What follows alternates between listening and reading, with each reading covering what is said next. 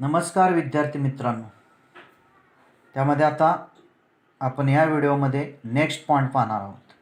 Regulation of cardiac activity.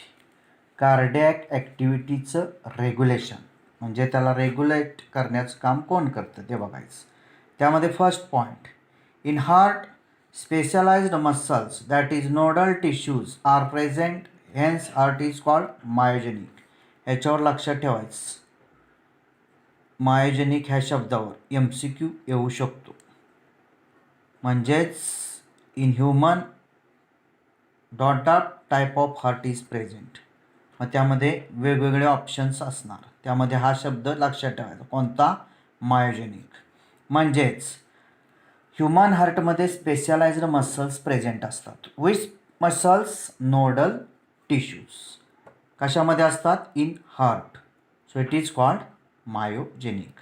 म्हणून human हार्टला काय म्हणतात? Myogenic. Why human heart is called myogenic? Because specialised muscles that is nodal tissues are present in heart. So human heart is called myogenic. म्हणजेच human हार्टमध्ये special tissue असतात. तेच कोणते असतात? Nodal tissues. म्हणून इथं हार्ट जे असतं ते कसलं असतं?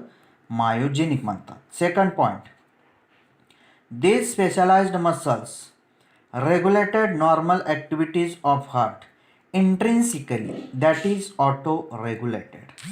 ते जे स्पेशलाइज्ड मसल्स असतात, which muscles? Nodal tissues.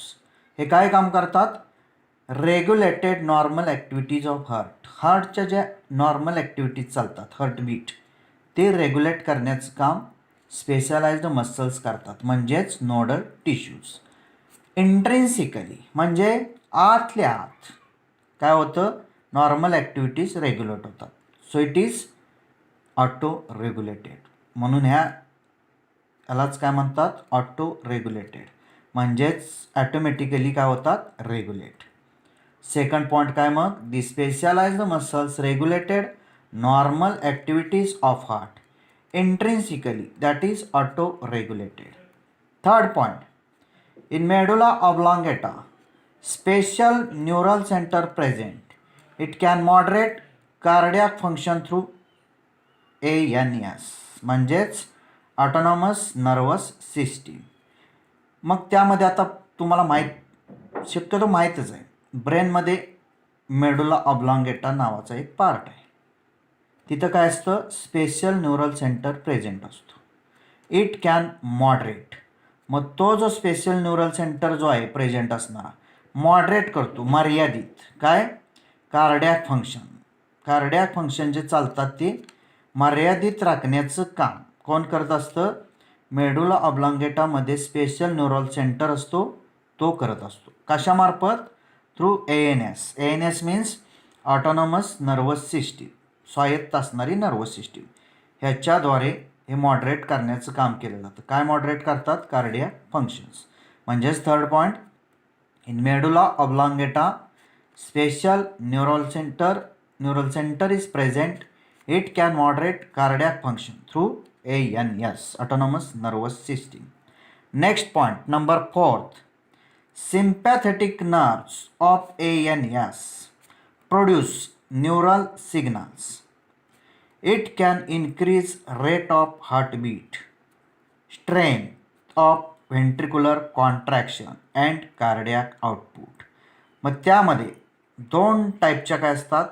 ANS मध्ये दोन टाईप पडलेले आहेत. सिम्पॅथेटिक नर्व्स आणि पॅरासिम्पॅथेटिक नर्व्स कुणामध्ये असतात? तर ANS ह्याच्या दोन टाईपच्या नर्व्स असतात. मग sympathetic nerves of ANS, autonomous nervous system मधल्या सिम्पॅथेटिक नर्व्स काय प्रोड्यूस करतात? Neural signals.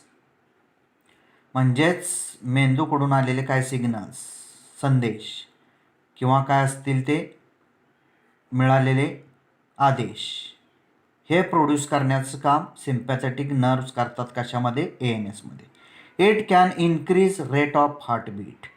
मग सिम्पॅथेटिक नर्व्समधले जे सिग्नल मिळतात, न्यूरल सिग्नल, त्यानं काम लगेच काय करतात? Increase rate of heartbeat. हार्टबीटचा जो रेट असतो वाढवण्याचं काम करतात. Strength of ventricular contraction and cardiac output. म्हणजेच व्हेंट्रिक्युलर कॉन्ट्रॅक्शन, व्हेंट्रिकल जे कॉन्ट्रॅक्ट होतात, आकुंचन पावतात. कार्डियाक आउटपुट ज्यावेळी होतो त्यावेळी त्याची स्ट्रेंथ काय करतात, देतात. कुणाला? व्हेंट्रिक्युलर कॉन्ट्रॅक्शन आणि कार्डियाक आउटपुटला. म्हणजेच त्यांची स्ट्रेंथसुद्धा इन्क्रीज करतात. म्हणजेच fourth point, sympathetic nerves of ANS produce neural signals. It can increase rate of heartbeat, strength of ventricular contraction and cardiac output. Next point number 5, parasympathetic nerves of ANS autonomous nervous सिस्टीमची दुसऱ्या टाईपच्या nerves कोणत्या? Parasympathetic nerves produce neural signals. म्हणजे ह्यासुद्धा काय produce करतात? Neural सिग्नल्सच produce करतात. जसं sympathetic nerves neural signal produce करतात तसंच पॅरासिम्पॅथेटिक नर्व्ससुद्धा काय करतात? न्यूरल सिग्नल प्रोड्यूस करतात. It can decrease rate of heartbeat, speed of conduction of action potential, that is cardiac impulse and cardiac output. मग यांचं काम काय असतं? त्यांच्या विरुद्ध. म्हणजे पॅरासिम्पॅथेटिक नर्व्ससुद्धा न्यूरल सिग्नलच प्रोड्यूस करतात, पण त्या डिक्रीज करण्याचं काम करतात. काय डिक्रीज करतात? हार्टबीटचा रेट. म्हणजेच हार्टबीटचा रेट जो असतो तो डिक्रीज करणं. नंतर आणखी काय? Speed of conduction of action potential, that is cardiac impulse. म्हणजेच ॲक्शन पोटेन्शियल, कार्डियाक इम्पल्स यांचं जे कंडक्शन चालतं त्याचं जे स्पीड आहे ते सुद्धा डिक्रीज करण्याचं काम पॅरासिम्पॅथेटिक नर्व्सचे सिग्नल करतात. And cardiac output, cardiac output जो असतो तो सुद्धा डिक्रीज करण्याचं काम पॅरासिम्पॅथेटिक नर्व्हचे न्यूरल सिग्नल करतात. म्हणजेच पूर्णपणे विरोधी, सिम्पॅथेटिकच्या विरोधी पॅरासिम्पॅथेटिक नर्व्हचं काम असतं. 5th पॉईंट मग काय? Parasympathetic nerves of ANS autonomous nervous system produce neural signals. It can decrease rate of heartbeat, speed of conduction of action potential, that is cardiac impulse and cardiac output. लक्षात ठेवा, एकाचं काम लक्षात ठेवायचं म्हणजे दुसऱ्याचं सांगता येते. आता ह्याच व्हिडिओमध्ये next point, disorders of circulatory system. त्यातला एक त्यामधली डिसऑर्डर पाहिजे आपण. डिसऑर्डर्स ऑफ सर्क्युलेटरी सिस्टीम म्हणजे सर्क्युलेटरी सिस्टीममध्ये जे डिसऑर्डर्स तयार होतात, डिसीज, त्यामधला first high blood pressure. It is also called hypertension. High blood प्रेशरलाच काय म्हणतात? Hypertension. म्हणजे म्हणतो बघा आपण हाय BP, लो BP, त्यातला हा हाय BP. मग त्यामध्ये first point, hypertension means blood pressure is higher than normal blood pressure. मग नॉर्मल ब्लड प्रेशरची व्हॅल्यू तुम्हाला माहीत आहे 120 systolic oblique 80 diastolic mmHg. Hypertension म्हणजेच काय तर ब्लड प्रेशर जे असतं ते नॉर्मल ब्लड प्रेशरपेक्षा हायर होतं, त्यापेक्षा वाढतं, त्यावेळी त्याला काय म्हणतात? Hyper tension. मग नॉर्मल ब्लड प्रेशर व्हॅल्यू किती असते? 120 सिस्टोलिक असते आणि 80 डायस्टोलिक mmHg असते. म्हणजेच first point, hypertension means blood pressure is higher than normal blood pressure. म्हणजेच that is 120/80 mmHg blood pressure value is normal blood pressure. Second point, 120 mmHg is systolic or pumping pressure, that is contraction, and 80 mmHg is diastolic or resting pressure, that is relaxation. म्हणजेच आपण आत्ता पाहिलेलं आहे, अगोदर सांगितलेलंच आहे, normal value जी असते blood प्रेशरची ती 120 mmHg जी आहे ती सिस्टोलिक असते, त्यालाच काय म्हणतात? Pumping pressure.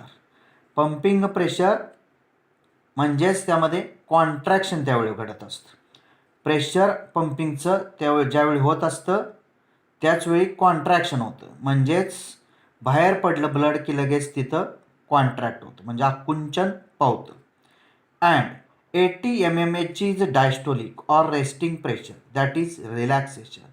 आणि डायस्टोलिक किंवा रेस्टिंग प्रेशर जे आहे ते किती असतं? 80 mmHg ज्यावेळी काय झालेलं असतं, रिलॅक्सेशन हार्टमध्ये झालेलं असतं, म्हणजेच त्यामध्ये प्रसरण पावणं असं म्हणतो आपण, रिलॅक्स होतं ते हार्ट, त्यावेळी ते जे प्रेशर असतं रेस्टिंग प्रेशर किती असतं, 80 mmHg. म्हणजे second point, 120 mmHg is a systolic or pumping pressure that is contraction and 80 mmHg is a diastolic or resting pressure that is relaxation. Third point, in hypertension, blood pressure values are 140/90 mmHg. मग हायपरटेन्शनमध्ये actually काय होत असतं, जे normal blood pressure आहे 120/80 mmHg, त्याच्याऐवजी तिथं काय होतं, प्रेशर वाढतं, 140/90 mmHg होतं. म्हणजेच सिस्टॉलिक प्रेशर आहे ते 120च्या ऐवजी 140 झालेलं असतं साधारण, आणि डायस्टॉलिक जे आहे 80चं असतं नॉर्मलला, ते 90 झालेलं असतं. हे कशात होतं, हायपर टेन्शनमध्ये. म्हणजेच third point, in hypertension blood pressure values are 140 systolic/90 diastolic mmHg. And last point, fourth, hypertension leads to heart diseases and also affects vital organs like brain and kidney. हायपरटेन्शनमध्ये नक्की काय होत असतं, तर हार्ट डिसीजेस तयार होतात, म्हणजेच हृदयाशी असणारे रिलेटेड असणारे डिसीज निर्माण होतात. अँड ऑल्सो अफेक्ट, आणि त्याचा परिणाम म्हणून कशावर परिणाम होतो, व्हायटल ऑर्गन्स, अत्यावश्यक जे अवयव आहेत त्यामध्ये ब्रेन अँड किडनी ह्याच्यावर परिणाम होतो. हायपरटेन्शन जर झालं तर ब्रेन आणि किडनीसारख्या व्हायटल ऑर्गनवर काय होत असतं, अफेक्ट होतो, आणि तो लीड कशात होतो, हार्ट डिसीजमध्ये सुद्धा होतो. म्हणजेच fourth point, hypertension leads to heart diseases and also affects vital organs like brain and kidney. इथंपर्यंत ह्या व्हिडिओमध्ये एवढंच. धन्यवाद.